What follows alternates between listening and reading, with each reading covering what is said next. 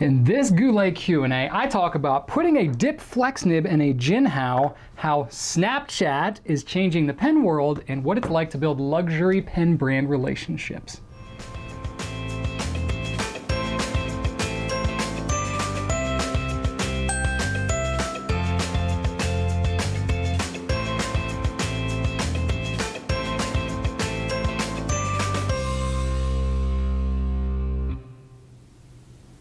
Hey there, Brian Goulet here of GouletPens.com, and it is episode 116 of Goulet Q&A. I'm a little bit off this week just because it's the 22nd when I'm actually shooting this. It's actually my buddy's birthday, who's my best man, and it's going to be Friday before this thing airs, so it's going to be the 25th or whatever. I don't know. I'm a little bit off, but that's okay. I had a busy week. I had a special visitor that was supposed to come in tomorrow when I usually shoot Q&A, but they ended up canceling, but I'm still shooting it early because I booked my whole schedule around that and all that. So anyway, here we are. So I got a good one for you this week. Been up to some stuff in the past week. We got a stomach bug that's going around our office. It's hitting everybody. I hope our family's been spared so far, but oh my gosh, it is not pretty. So we're down a little bit. We're trying to keep up with everything. This has just been pretty crazy for us. Essentially, just like volume-wise, we haven't dropped off from the holiday season, which for a retailer is like awesome. Like, and you guys are doing that. Thank you. You're keeping us busy. That's wonderful. I'm very thankful for that. But we're very busy and we're losing people to illness, so that's a little stressful. So if we're a little bit delayed on things, you know, that's why we're trying our hardest though. Got some good family time in this weekend. It was really nice. Had, you know, my son is 6 and he went to a friend's birthday party.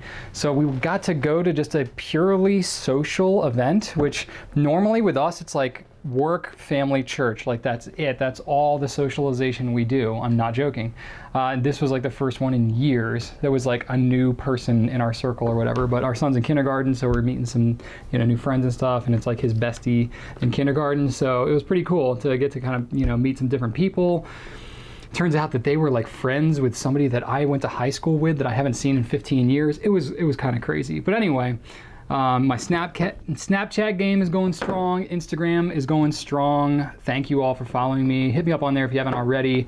My Snapchat is Brian Goulet. I grabbed that one early. Instagram is Brian.Goulet. Did not snatch that one early. Definitely late to the Instagram game, but still trying to keep up with it pretty regularly. Enjoying it though.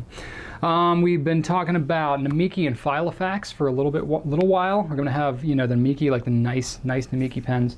That was actually who was supposed to come here tomorrow, but got pushed out a little bit due to some illness on his part. So that is unfortunate, but what are you gonna do? So we're gonna be pushing that out probably another month. So we're gonna have to wait on that. I've been talking about Filofax as well. We're looking to probably be more towards the June, July timeframe, maybe May, June, somewhere around there. Had to push some of that out too. We just had a lot going on and can't handle it, and we don't want to rush things. So we're going to take our time. Got plenty of else that's coming out, don't worry. FedEx, we are going to be offering FedEx soon. We've had to push that out just a little bit due to illnesses, being short-staffed, needing to get trained up and stuff, so it's like another couple of weeks. It's about a month from now. I think the 20th of April is what we're planning at the moment to launch with FedEx, but hold on loosely to that. It'll mostly affect international shipping rates, but you know, hey, just a lot happening. Okay, so let's see here. Some products that are coming soon. We got Leuchtturm sketchbooks. Oh my gosh, I can't say that. So same kind of Leuchtturm A5 books, except they have heavier paper, so you can do some like watercolor type stuff on it. It's pretty decent paper. It's not like impenetrable kind of stuff. If you're doing like really heavy washes on it, it can bleed through a little bit. So I will just be honest with you there. I do not know a great deal about sketchbooks.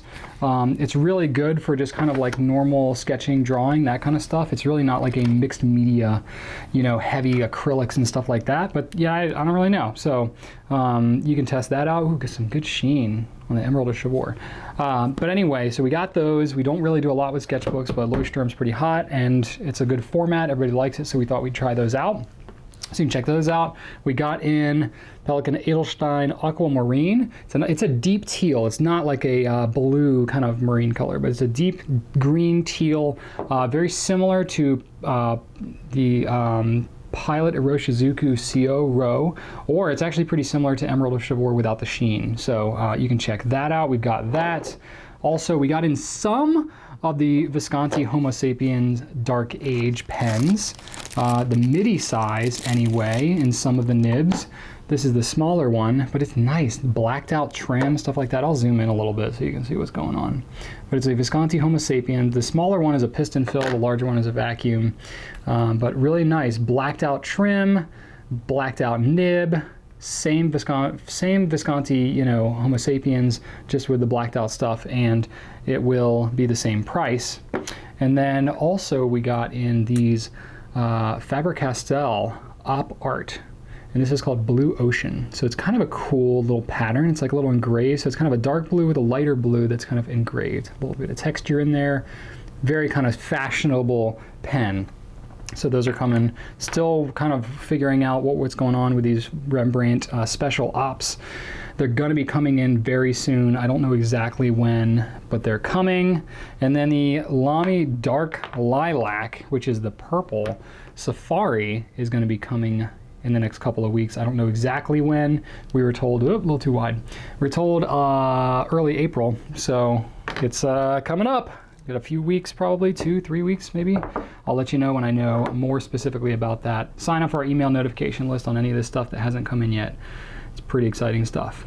All right, so I try to choose a few fewer questions. Does that make sense? A few less questions? That sounds wrong. I don't know, grammatically, grammar, words. I try to I am just all over the place today. Give me a second here. I'm just going to take a sip of water, get my words together. I chose fewer questions this week than I have in previous weeks because I keep running long. I keep going like a minute would be nice. An hour 15 or somewhere thereabouts. I'm going to try and stick more to an hour this week.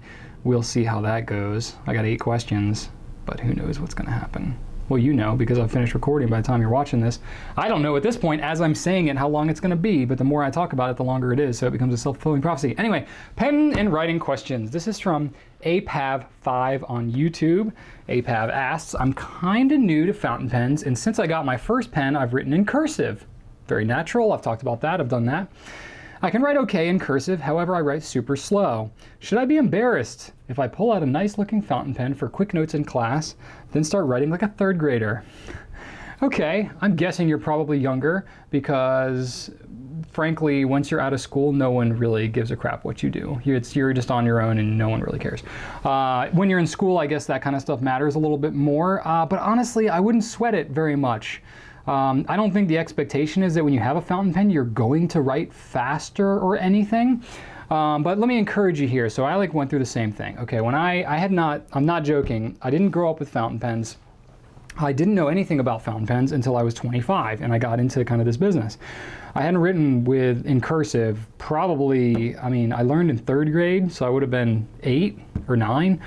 And I can't remember ever voluntarily writing in cursive after that. So, you know what, 20 years, no, not 20 years, 15 years, we'll say 15 years that I went without writing in cursive.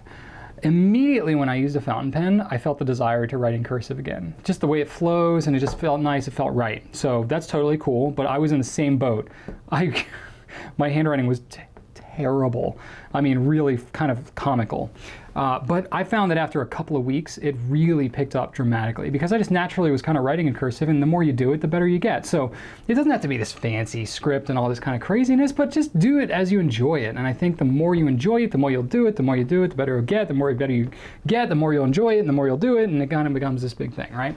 Some people just, it doesn't increase quite that much, but that was my experience anyway. I found that my handwriting became what I considered to be acceptably legible, and I really haven't gotten much past that in the last 6 years. So that's okay. That's where I'm at. So I would say practice, is number one. That'll help you get there. Practice outside of school or wherever your situation is.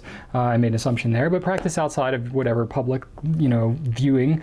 And in not too long of a time, especially if you're practicing very intentionally and literally practicing your letters, you can get really good in just a couple of months, maybe even a couple of weeks if you're really rocking it. So I wouldn't say you need to worry about it too much. If people are going to judge you, they're going to judge you no matter what. They're going to look at you weird just because you have a pen and they're jealous and they want your sweet pen, and they're going to make fun of you just just because they can't, you know, don't know anything about your sweet pen. So even if they do judge you, I would say, who cares? You know, you write for you. You write for your own sake. And, you know, writing's personal, and if you enjoy it, then you should enjoy it. You know what I mean? So I wouldn't sweat it. Just don't let that stop you. Just please, just write. All right, Hector L on the blog. Actually, there's a couple of questions from Hector. I broke them out into 2 separate ones because they're very, very different. Hector says, I'm curious if you have ever converted a Jinhao to a flex pen using a dip calligraphy nib before, and if so, what your experience was like. I just ordered an X450. That's not a 450, that's a 450. And I can't wait to start experimenting. Okay, so the X450, X750, the 159, they all use the same number 6 size nib, except if you bought the number 5 size we had, that was a weird mistake. Those are gone now, but all the ones that we have now are number 6s. They pull out, the nibs pull out of the pen rather easily. You can get number 6 size nibs. You can actually get Noodler's flex nibs. That's a fountain pen nib. They take a little bit of cramming, but you can fit them in here. A lot of people have done that. Or like you said, try a dip pen nib. Now, what is a dip pen nib? How's that different? Why does that matter? Where do you get them? How much do they cost? All these questions are things that are running through your head. I do not sell them. I do not sell any dip pen products other than a glass pen is about the only dip thing that I sell. So I'm not super knowledgeable about dip nibs. I just know that they are typically made for calligraphy ink. Okay, calligraphy ink is thicker. It's usually shellac based. It is not intended for use in fountain pens. The ink is, and it's kind of a different breed. And it's meant to be, you know, you dip it, you write with it for a bit, you dip it again every line or every couple of lines. If you have a little reservoir on the tip, that can help. But you can get much, much flexier writing out of a dip pen. Partly because of the ink that's used, it's thicker and all this kind of stuff, it hangs on the nib. Partly is because the nib itself really is soft and bends and stuff like that. It's still a steel nib, but you're bending the living daylights out of it. They don't last that long, so you have to replace them constantly, but they're only a few dollars. So you're going through them, you're dipping a lot. It's a very kind of different experience, but if you're going for kind of that really elaborate, like Spencerian style script, you can just Google Spencerian and look at some images there if you want to see what it looks like. That's the kind of writing you typically do with a dip nib. Now, obviously, if you get the best of both worlds, that amazing dramatic flex on a dip nib with the convenience of carrying it around in your fountain pen, well, essentially now you're just rewriting history, because that's kind of how things were. You had dip pens first, then the technology of a portable ink reservoir in your pen ousted the need for dip products, and then you had this amazing portable inkwell. You know, that's kind of how they were marketed at first, about, you know, late 1800s, early 1900s, when they started to become popularized and reliable enough to carry around. That, you know, and then, you know, you had a lot of flex nibs. That's part of why you see some of the best flex nibs happen in the early 1900s, 20s, and stuff like that, is because there was still that writing style, kind of that Spencerian, very fancy kind of stuff. As the typewriter came out in the early 1900s, it started to compete speed-wise with writing. So then Palmer came out with the Palmer cursive writing method, which is what is taught or has been taught in schools, at least until recently. And that is the modern cursive that we use as the Palmer method. So that Spencerian style needed that flex. Palmer does not need that. So you're seeing there's a little bit of history here, which I really didn't even intend to cover. I didn't even put that in my notes. I just kind of went there. So you're getting some deep, deep knowledge here in the Goulet today. But anyway, so if you want to recreate that and kind of get the best of both worlds, you can get your dip nib, you can get your fountain pen, put the two together, and you can get, theoretically, that same flex with the convenience of the fountain pen. Now, that said, I have not really messed around with this too much myself, partly because it is a pretty well-known hack, and I say hack with a, you know, with a raised eyebrow. You know, you can hack something. It just means to use something not originally as it's intended. That's my definition of hack anyway. You know, you're taking two different products, putting them together, it's a hack. So you can hack it together, but I've seen videos of this. Stephen Brown's done it. I've seen some other YouTubers and other bloggers and stuff that have done it with success. It takes a little bit of modification, it takes a little bit of practice, it takes some tweaking, maybe some bending of different parts and stuff like that. So it takes some adjustments. So if you're doing that and you're getting a, you know, whatever pen that takes your nib, you're voiding all the warranties from everybody because you're hacking stuff together and all that. You might ruin some parts. You may have to go through a few learning experiences and so on. That's just part of the game when you start messing around with things like this. But that said, I've known a number of people that have done it successfully. It's not something that I openly am like, yeah, do it, and I'll guarantee it's going to work. You know, I don't do that because it really requires some tinkering. So you are welcome to try it. I think you'd have a blast. Jinhao's a great pen to do it with because it's cheap and they're solid pens. You know, I will say that just in general, the feed that's on this Jinhao is made just for a regular fountain pen, just a small flow of ink.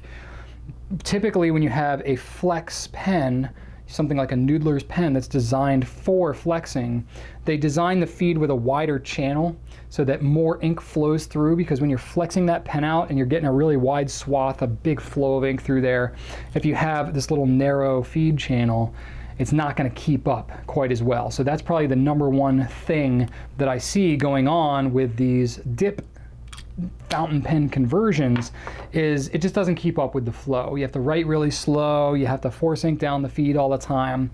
You just got to be ready for that and prepared. And when you're looking at a picture on Instagram and it looks awesome, you have no idea it took them 10 minutes to get it to look like that. Just be ready for that. Don't have unrealistic expectations, and I think you'll have a blast. Hector also had a question that said, I'm a writer and write stories in the same vein as Edgar Allan Poe and H.P. Lovecraft.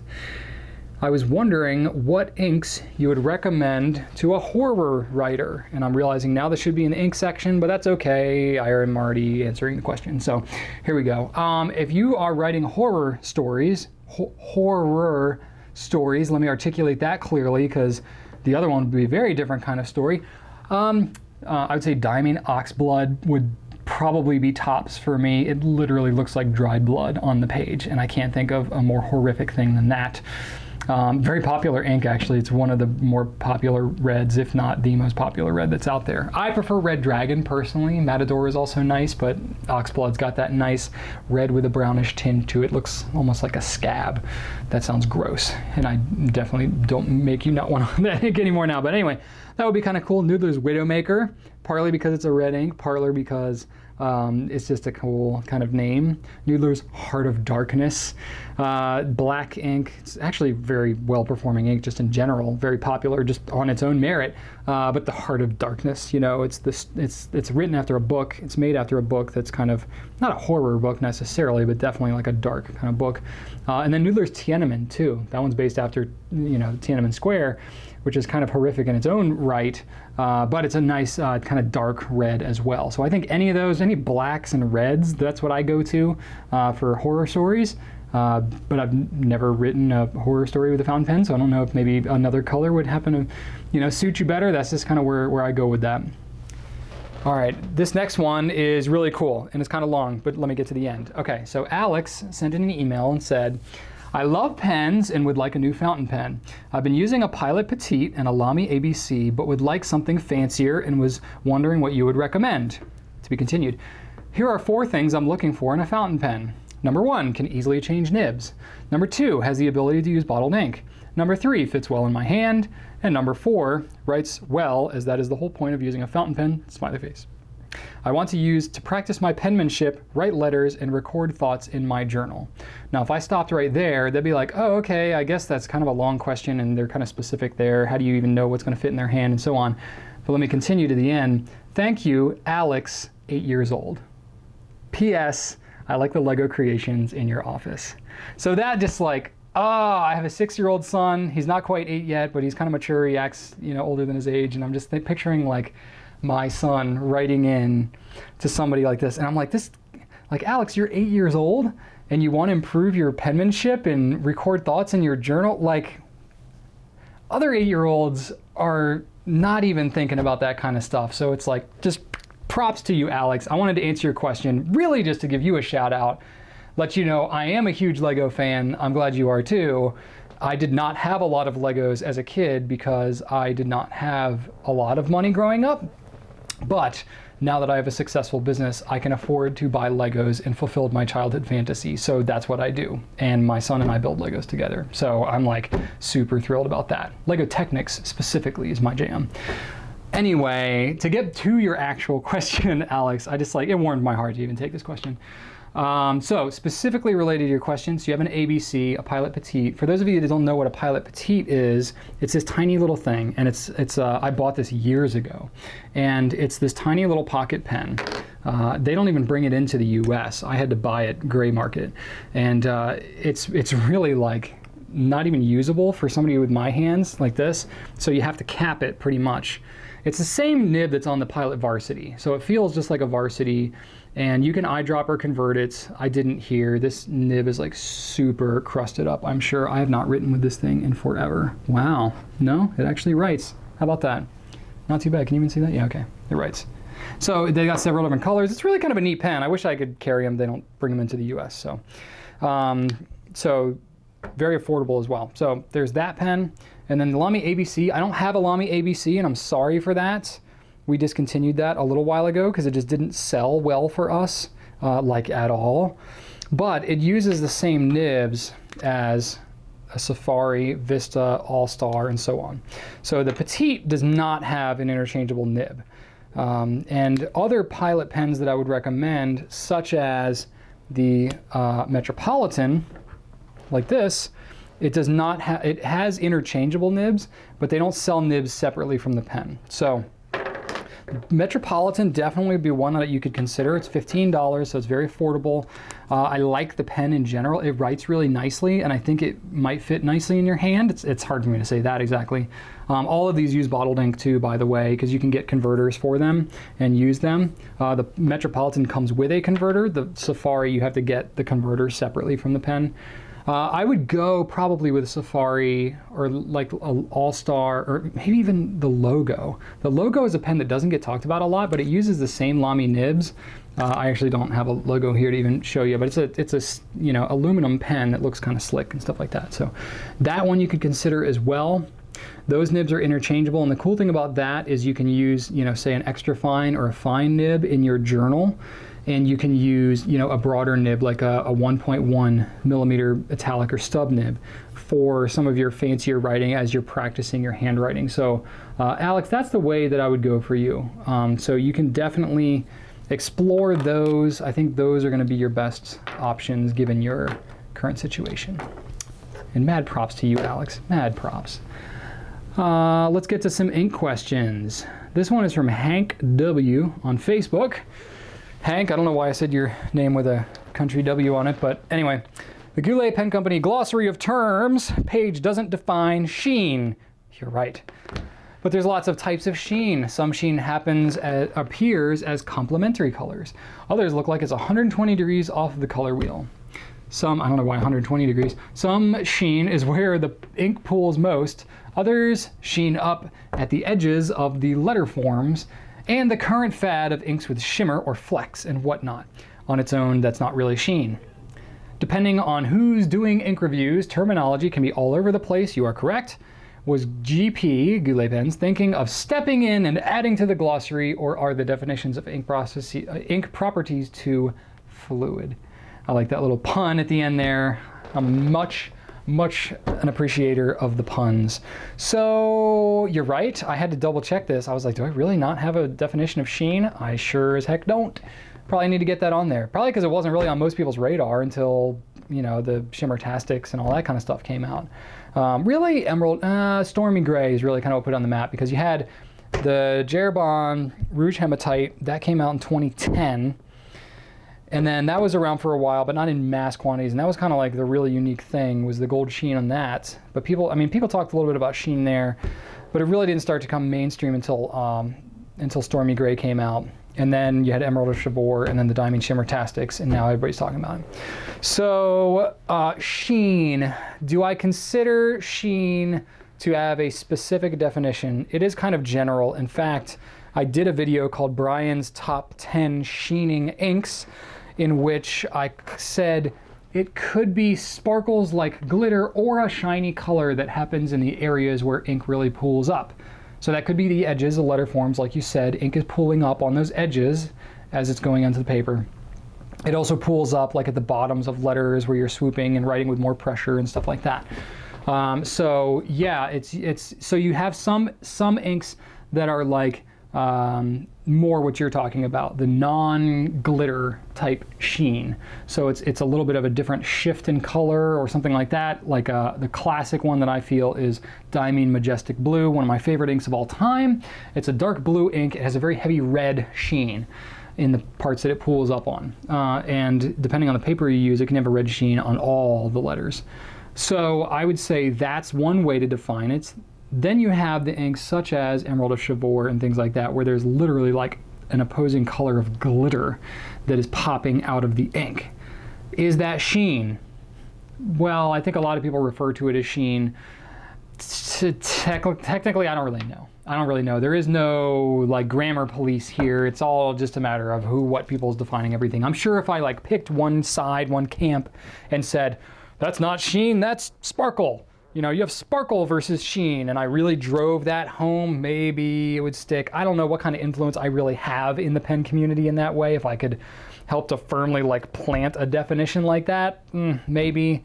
I just kind of go by my definition, which I would encompass all of that into sheen, because in the grand scheme of things, there's not that many inks that you're talking about. There's maybe, okay, you got like 10 Diamine Shimmertastic inks, you got 4 for the Jeroboam 1670. You have a handful of others like Diamine Majestic Blue, Private Reserve Electric DC Blue, pens like, you know, colors like that that have a very heavy sheen. You're maybe talking about 25 or 30 inks total out of the 560 that I have here. So it's not that many. Is it really worth like sub-segmenting out 30 inks out of 560? Yeah, I don't know. To me, that's splitting hairs because they're so different than all the other normal inks. I wouldn't worry about it. So I would consider both of them. I do probably need to add sheen into my glossary, but that's where I stand with that, Hank. Sorry if you were hoping me to split it out a little more, but I don't know that I'm that much of an influence anyway. Okay. This one is from Kanak K on Facebook. Hope I said that right. Kanak? There's a lot of different ways I could say this, but okay, this question might be a little silly. How do you fill a pen from your ink vials, especially the Keras Custom and the Pilot 74, as in every drop of it?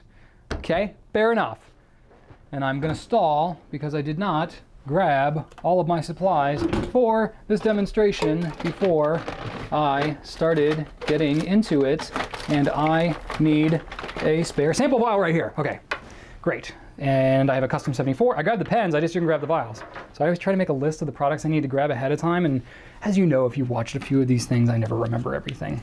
So, an ink syringe is gonna be your friend, but I'm gonna show you that in a second. I wanna try and show you non-having to buy extra things you don't already have kind of solutions. So you're talking about two pens, Keras Customs and the Pilot Custom 74. I'm gonna zoom in a little bit for this demonstration. So hang with me for just a second. And I always feel weird when I have like half my face. So I'm gonna kind of slump down right here. There we go. Okay, here we go. Hey, there we go. Okay. I feel like a little kid at the table here. My elbows are like, anyway. So I have two different Keras Customs pens. The Fountain K and the Ink. They're two different nibs, so it's really kind of two different ways of filling them, but what I'm gonna show you is gonna be the same for both. So you have two different nibs. One of them is much larger than the other, but it's inset. The one on the ink is actually inset in here. So if I actually remove the nib unit from the pen, you'll see the nib itself is actually much larger. But when it comes time to fill it, it's gonna be kind of similar. So you have like this inset in the top here, where ink is kind of all cut up in there and whatnot.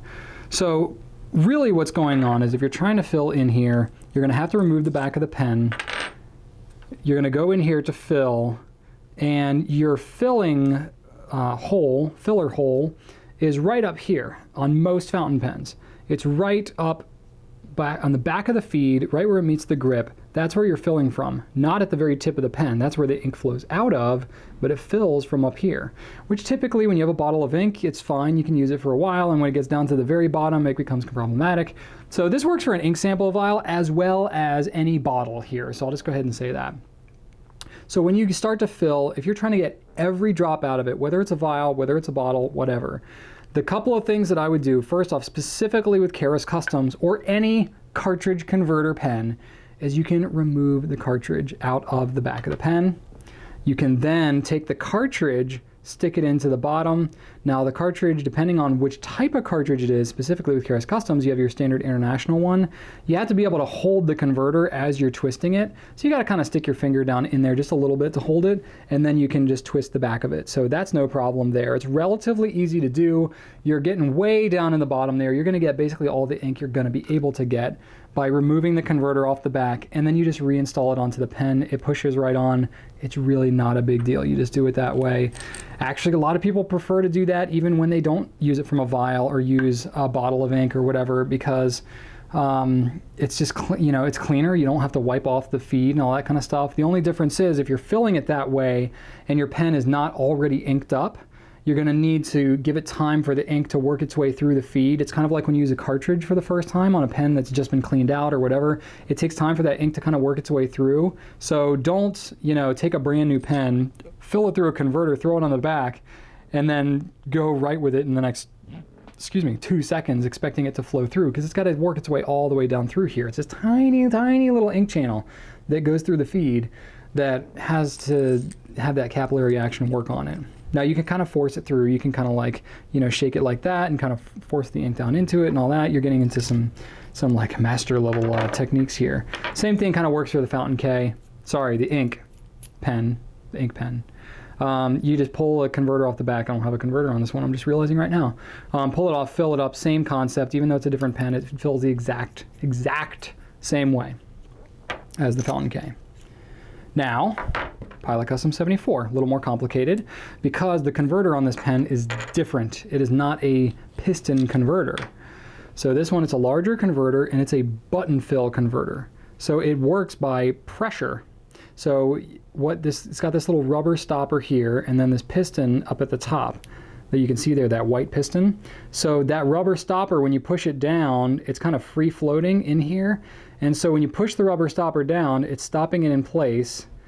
And then it's filled with pressure here basically. And then when you lift it back up, it's lifting the stopper and it's creating a negative pressure as you're letting go of the button. So you have to kind of like push it and do it a few times to be able to fill it. It usually creates a ton of bubbles. That's just kind of how this converter is designed. This can be really kind of tough to work in something like this. So in this kind of situation, you can take this off. You can use a different type of converter, a Pilot Con 50, Con 20, Con 40 that'll be coming down the road. That you can use instead of this Con 70. You can use an ink cartridge as well. But if you really want to use the Con 70, honestly, that's where you kind of need the ink syringe. So the ink syringe, you can really get every single drop out of this vial or your ink bottle or whatever. And then you just kind of take it in here and you just stick it down in, you fill it up. You don't fill it up all the way because you need room for it to displace when it fits onto the back of the pen, but fill it up to about here. And then that's going to be about a maximum fill. And then when you go to put it on, the thing's going to be completely full, your nib's going to be clean, you can go about your business, and that's that. Now you can use the ink syringe too if you don't want to do the whole converter thing in the ink sample vial. You can use an ink syringe and just fill a converter or an ink cartridge or whatever you want to do. An eyedropper converted pen. Lots of options with an ink syringe, which is why I think it's just a fantastic tool available at gouletpens.com. But that's part of why I sell those things, is because they're such amazing tools. You can see now how much of a little kid I am. I want to do a Q&A. Okay. I'm in a punchy mood, I tell you. When I shoot days off, it puts me in a strange mood. So there you go. Hopefully that helps you out. Kanak. Sorry. I definitely botched your name now because I've said it multiple times. All right, I got a couple more questions. These are going to be pretty meaty. I have a lot of bullet points for these ones. Holy cow. I was really on a roll. I prepared this very late last night, so I might ramble a little bit. That's okay. We're at 34 minutes. We're doing good. Okay. So this one is from Myr Gyl. Okay, I can't pronounce your Facebook name. Gayle. She said her name was Gayle. So now that you have Snapchat, do you feel like you get a more intimate look at your customer base watching what stories you can of your Snapchat friends? I'll explain to you what all this stuff is. Just wondering, I think it's totally cool for a retailer, owner of a company, to be as accessible as you are, and I appreciate you taking the time to do it, since there are so many other things you can be doing with your time. Yeah, that's true. I do kind of have a few things going on. So a little bit about Snapchat. I literally didn't know anything about Snapchat until a couple of weeks ago. I signed up for Snapchat like a year ago because Gary Vee talked about it, and it's like, you know, big old Gary Vee fan here. He just wrote his book, Ask Gary Vee. You should check it out if you're a fan of his at all, and social media, all that kind of stuff. I plugged his book last week a little bit. I'll be doing a review on his book pretty soon. I just finished his audio book, which is a little bit different than this book. It's kind of cool. But I just finished his audio book. I'm not joking, last night. So that was kind of cool. Really liked the last like 5 minutes that he talked about. Got into some deep stuff there. So that was kind of cool. Anyway, so for me, I didn't really get Snapchat until March 6th.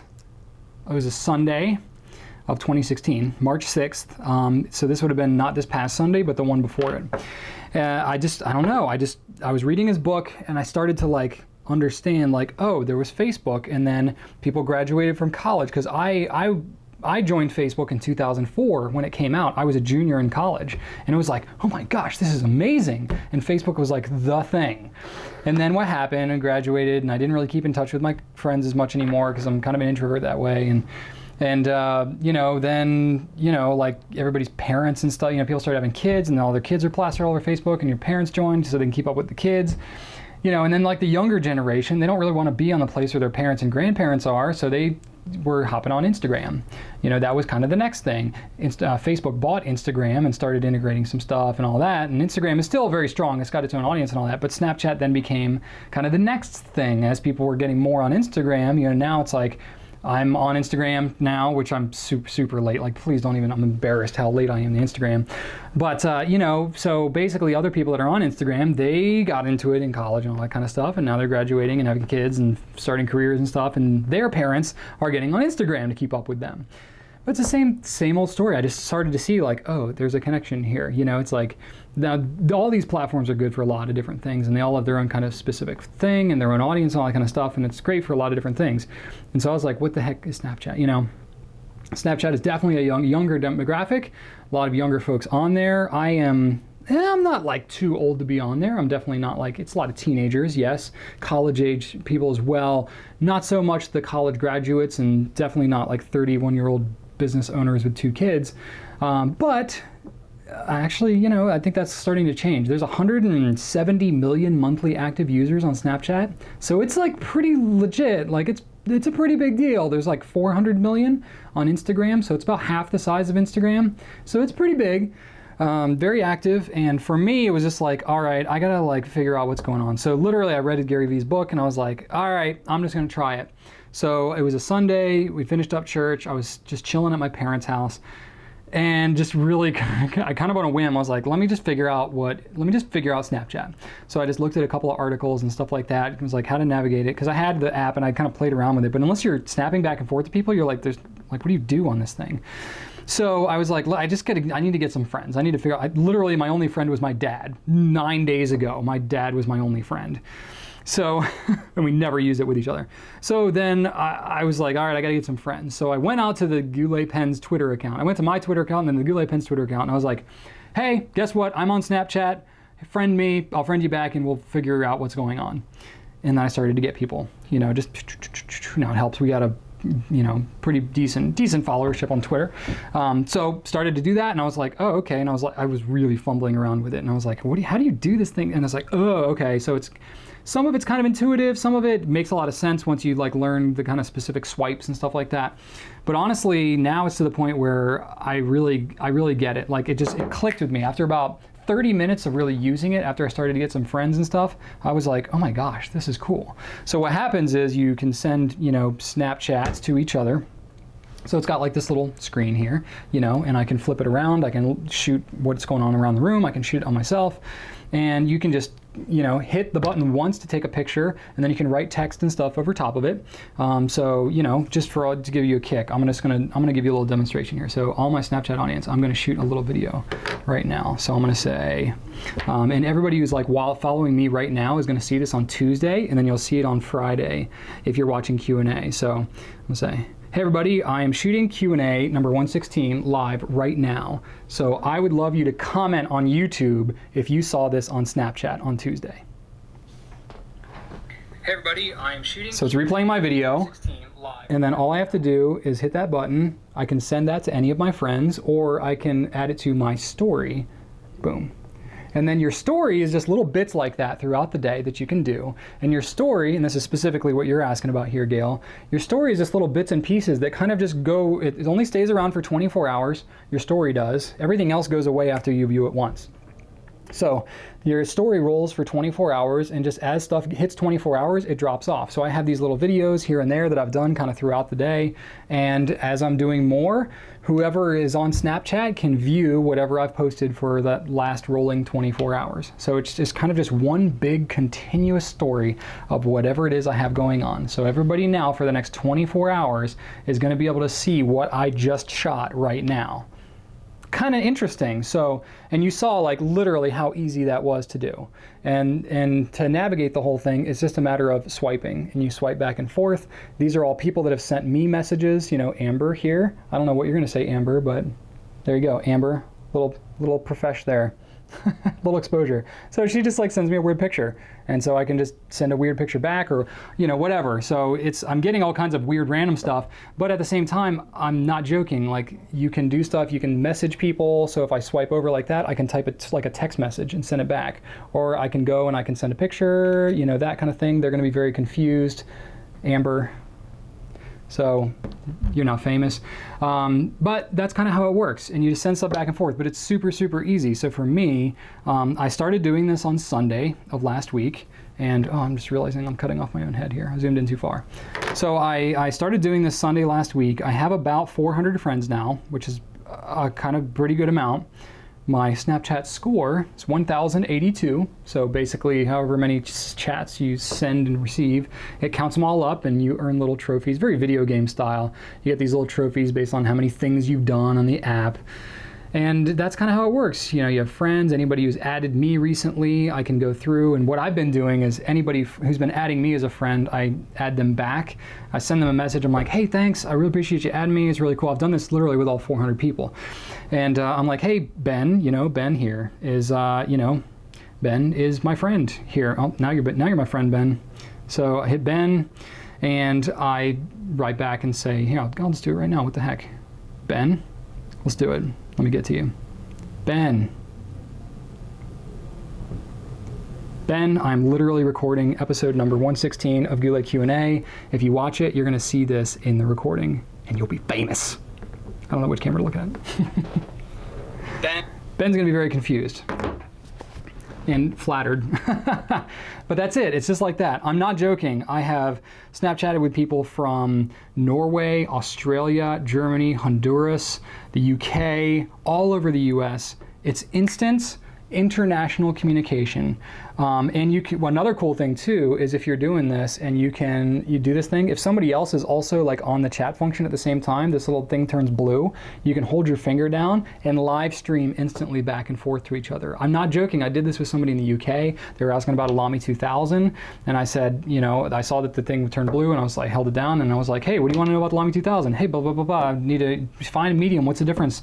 And I'm like, hey, well, there's a blah, blah, blah. Literally like 30 seconds. He's like, great, that's so awesome, you're the best, and then it's done.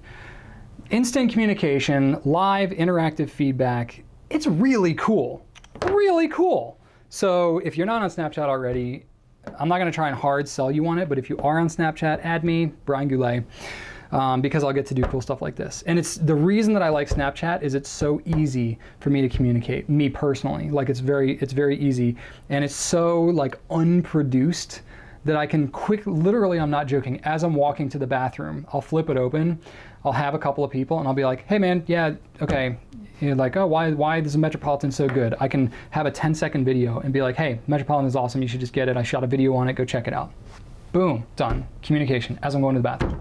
walking to the bathroom, not actually going to the bathroom. I don't do that. But anyway, so, and then the whole story thing, which is really what you're getting at, the story thing is really just allows me to kind of poke in and see like what people have going on in their lives, you know? So it's like with your actual, you know, like friends that you know and stuff like that, you can follow kind of what's going on. Literally Madigan here, I mentioned in the Q&A last week that she was on vacation, she was out, she was doing Snapchat stories in, you know, California, across the country. And I was watching her story, she was watching what I had going on here, and it was like, we were watching what was going on. So it's very, very cool, very cool. And then it all goes away. So that's kind of interesting. So that's why the Snapchat, their logo is a ghost, because it stays around and then it goes away and so on. So yeah, I haven't like spent a ton of time watching everybody's stories because I've got 400 friends now, and it's a lot. So, but I have been dipping in here and there for sure, because I'm like, what? Especially as I've been learning Snapchat, I'm like, what is going on here? What are the kind of things that people are publishing? What's happening here? So I've gotten into that. It's been pretty interesting. So now obviously I'm publishing my own stuff, just kind of throughout the day as I'm doing it. I'm like, hey, look, I got this, Dark Age pen. It's pretty sweet. It's awesome, but we got shorted on the larger sizes. We'll have more maybe next week. That's a snap right there. So it's kind of cool. So I can just have quick updated little things like that. Yeah, I think that's about all I wanted to say about that. I had all these notes and stuff like that, but it has been really cool. Just like the demographic of people that I've found on Snapchat, a lot of young people, a lot of people new to fountain pens, which is like, yeah, you know what I mean? Like now, so you can look at a snapshot of the Goulet Pen Company, right? We've been talking a lot about Visconti, and we have the Faber-Castell $100 pen and a $28 bottle of ink, whatever, and it's like this expensive stuff. But I love Metros, and I love Safaris, and I love the intro stuff, and that's the Goulet Pen Company roots, is new fountain pen users. So for me, it's like, aha, it's like a whole new generation of fountain pen users on Snapchat, which is what excites me the most about it, because what's always driven me about fountain pens from the beginning of when I started this company was the fact that I wanted to get new people into it. I knew nothing about fountain pens. As a relatively young 25-year-old, I wanted to learn more. I thought it was too hard to learn more, so I wanted to make it easier for other people. How much easier could it get than you following me, and I answer questions live to you interactively about the pens that you're asking questions about? It just doesn't get any easier. For free, and it's all free. Oh, Ben wrote me back. Would have Ben snapped me back. I'm gonna make you famous, Ben. There you go. You work, keep it up. Oh, just want to say huge thanks for all your work. Keep it up. Really appreciate it. Fist bump. How cool is that? But then it's gone. I can't view it again. You can do one replay a day amongst all your friends. So it's a huge, huge honor to do a replay. So it's just, there you go. That's it, Ben. And then to reply, I'm just like, whoops, did a picture. So I can just be like, that's cool, Ben. I just showed everybody your thing in Q&A. Hope you don't mind. Done, sent. Very cool, very interactive, very interesting. I know everybody's gonna be like, oh, blah, it's communication, and it is really like, I'm gonna go completely off script now. It's really far cry from the fountain pen, like from actually writing, handwriting a note. I know you could go down that road and say, oh, this instant communication, it's so superficial, it's not the same as writing with a pen. Yes. That's true. But that's what I love about doing what I do, is that paradox, that dichotomy of the latest and greatest technology being really hip and innovative, so that, I'm just using the word hip makes me not hip, but just being really on to technology and the latest stuff, the latest methods of the communication to promote and educate and teach people about this old world technique that's so deeply personal and is so time consuming and inefficient, as a polar opposite of the instant communication we get. I love that tug and pull. I think it's just so fascinating to have a foot in both worlds. And that's where I live. So I like being in the technology. I like being deep in the fountain pens. That's just where I live. So for me, it's just awesome. It's a tool, Snapchat is a tool. It will not be the dominating platform of all time forever, because they shift, they change, you know what I mean? You had MySpace, and that was big, and then Facebook took over, and Facebook is obviously still very huge, but there've been all kinds of others in the meantime, and Twitter is kind of in question, maybe, and they're coming to come back, so it's these things are always in flux. There's a million different social platforms out there, not all of them take. But this one is pretty cool, so I'm digging it. That's where I stand. Last question for this week's Q&A. See, I knew I could fill that time pretty good.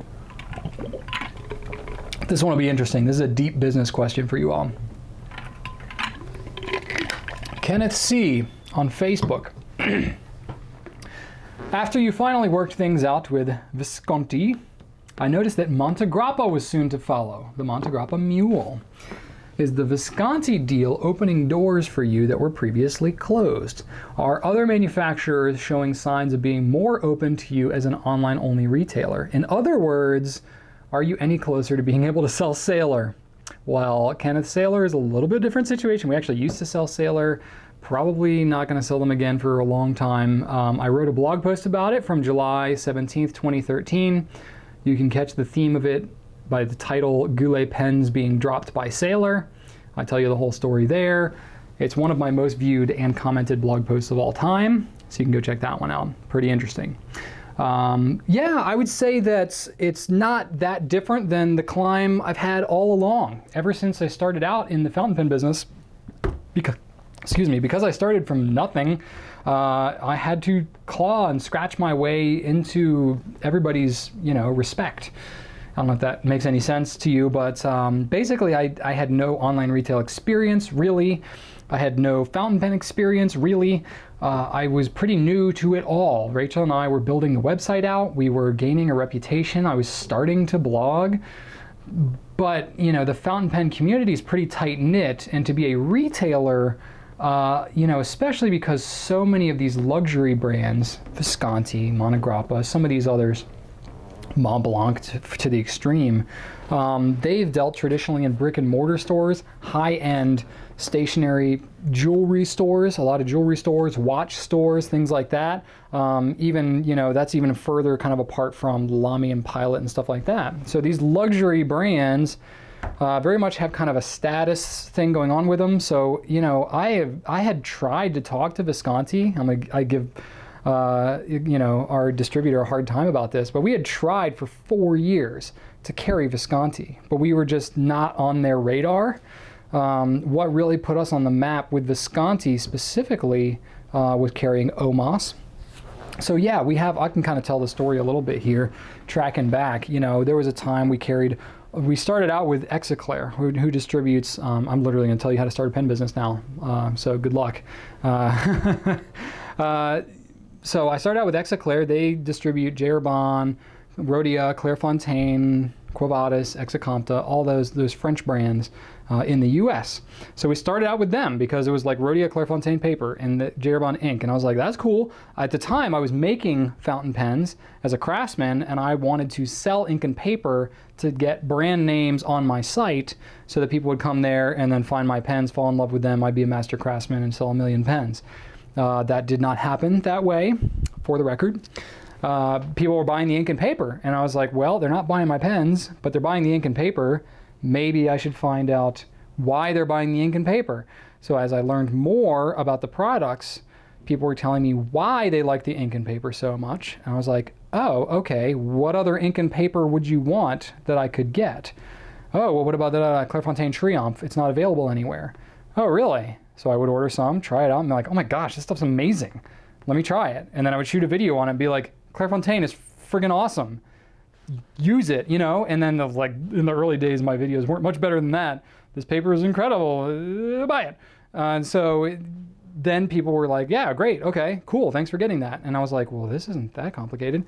But it started out, paper and ink at that time. Literally the first year of Goulet pens, we didn't sell pens. It was just paper and ink. I know some of you loyal watchers have heard this story many, many times. Appreciate you sticking through it one more time. So that's how the climb started, and we were a nobody. We had a nobody store. We had no name brand recognition or anything. People couldn't even pronounce it. Goulet, you name it. It's Goulet officially, by the way. So it started out that way, and then we would carry Pelikan ink, and then we started carrying Private Reserve, and then we got Diamine. That was a big deal. Private Reserve and Diamine that first summer was a big deal for us, and then after that we got Noodlers, and that's when we we felt like we had a big win there, because a lot a lot of colors with noodlers, and it really kind of, it got us to like, we had about 300 ink colors at that time, and we were like, yeah, we're like really substantial now.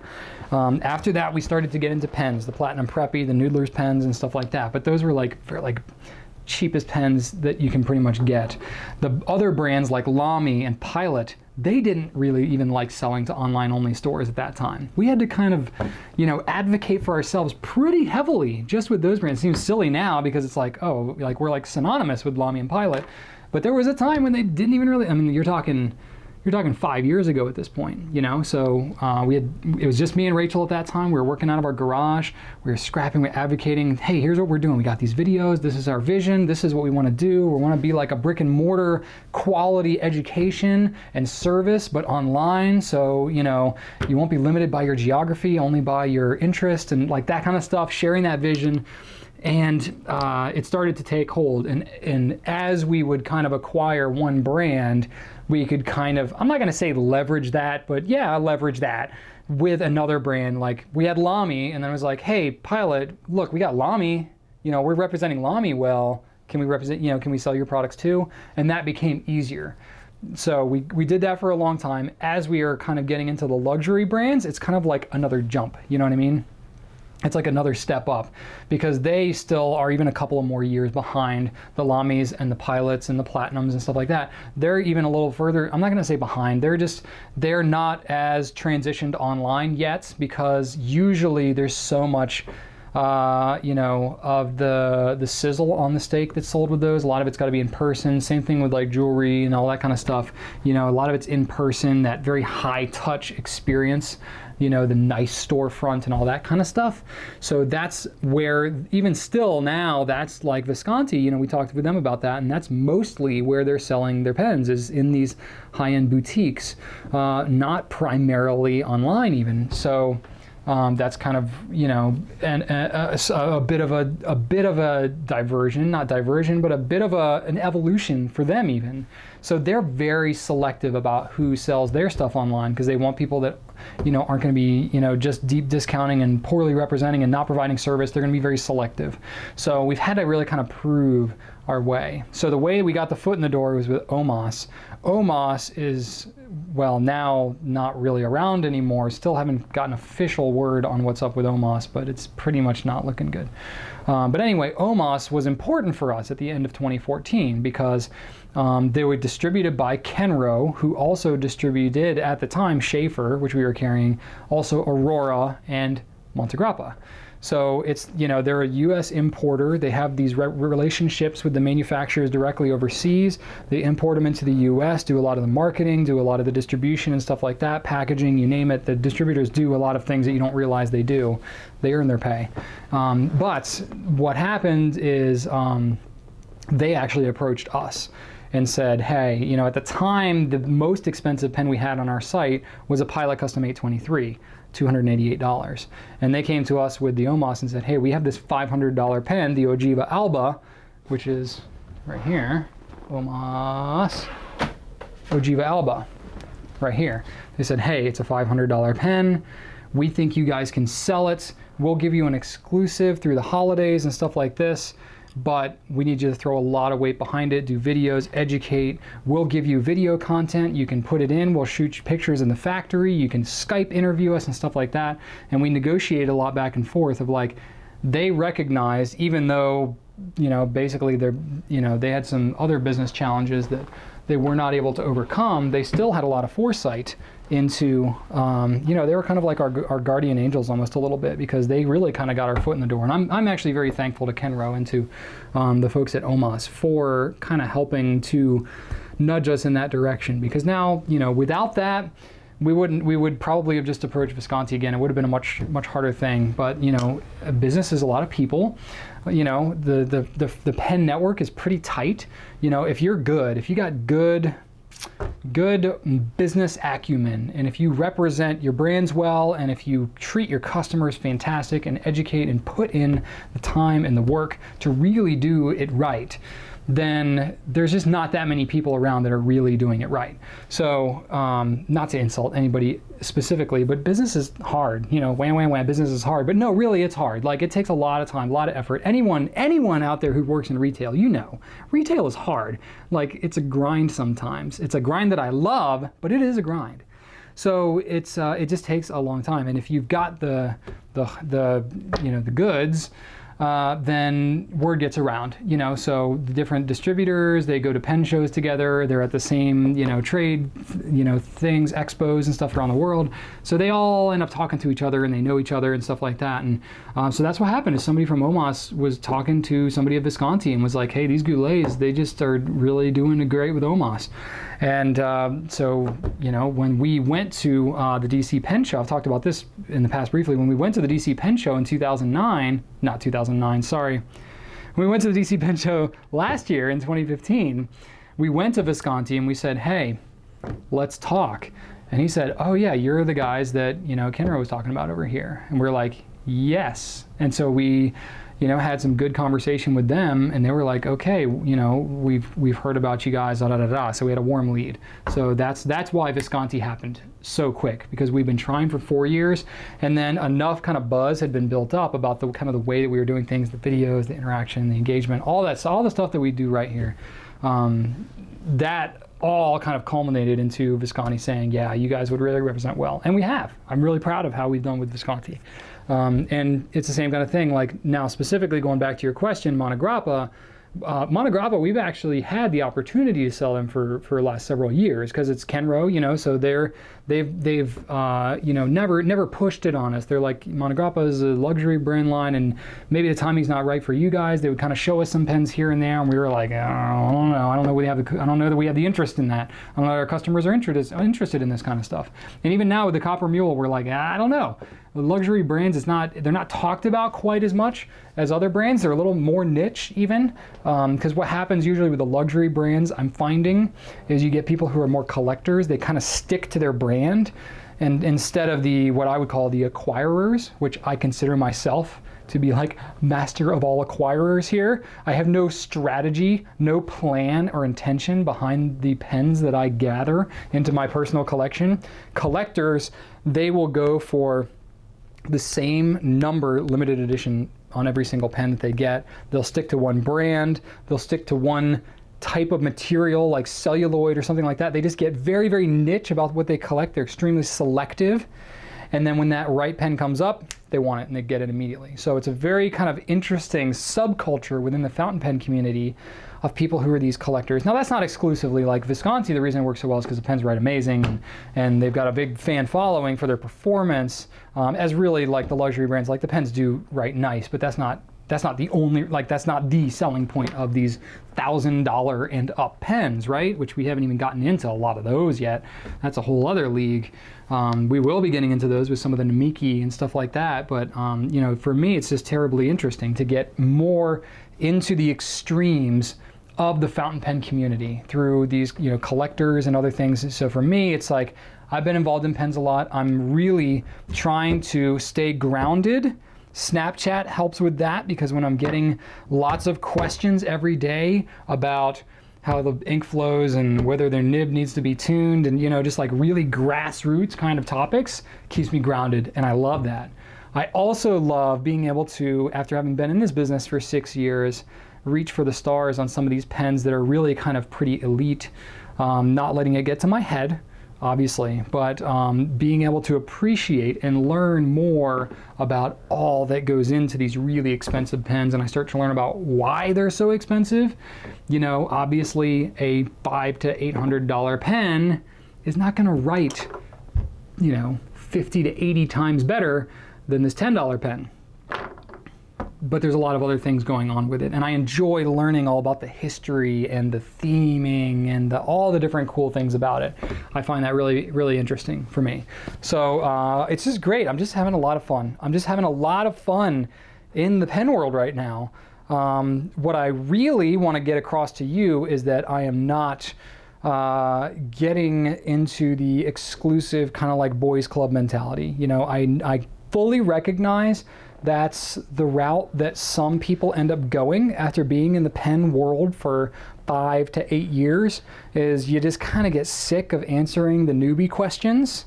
Not you, just in general. Like, you hear the same questions. Being in the retail business, you hear the same questions over and over again, and it becomes depersonalized, and you think you don't want to deal with it anymore. You only want to deal with the fun, exciting stuff that's new to you.